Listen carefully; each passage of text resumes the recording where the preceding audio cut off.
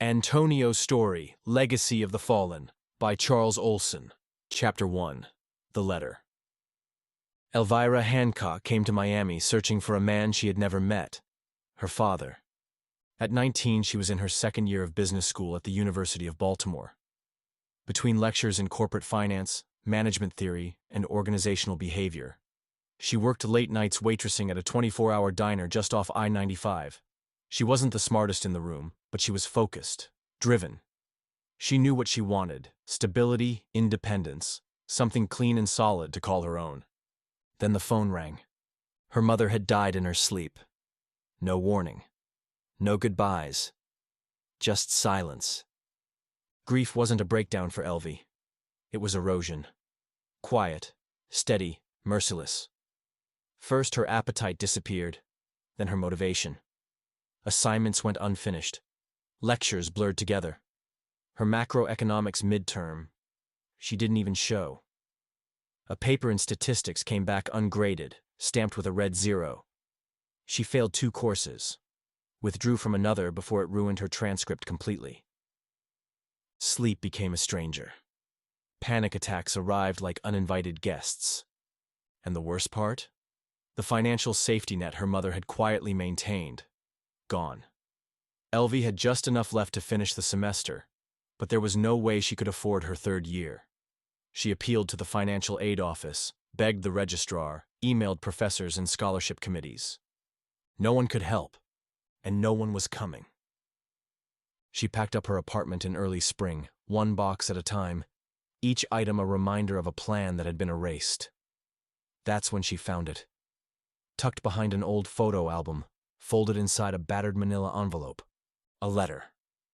It was dated 3 years earlier, written in uneven script. From a man who claimed to be her father. He said he was living in Miami, tending bar in the nightclub scene. He had sent money and an open-ended airline ticket. No return date. Just a simple request for Elvie's mother to come see him. She never did. She never even mentioned him. But the ticket was still valid, and that was all it took. Elvie stuffed what little she had into a worn leather bag. She didn't leave a note. She didn't tell anyone. There was nothing left to say. She walked away from Baltimore, and from the version of herself that once lived there. Not because she had a plan, but because staying hurt more than leaving. Her future in business school dissolved in the rearview mirror. Whatever came next would have to come from scratch. The airport was loud and bright, the kind of artificial daylight that made everyone look tired. She stepped off the jet bridge into the Miami arrivals terminal in a simple white blouse and black skirt. Her eyes were swollen from crying. Her lips were dry and cracked. Her blouse was wrinkled, clinging to her back with sweat.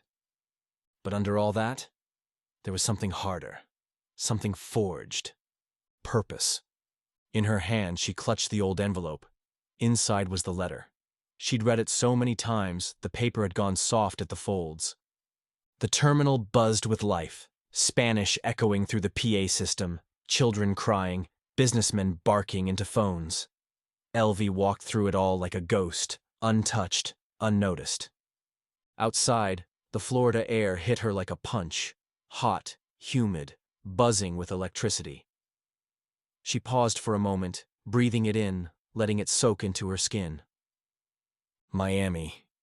She didn't smile, but she exhaled and stepped into the heat. The cab ride was quiet. Salsa music hummed from the radio. Neon lights flashed through the windows, dancing across her reflection. She barely recognized herself.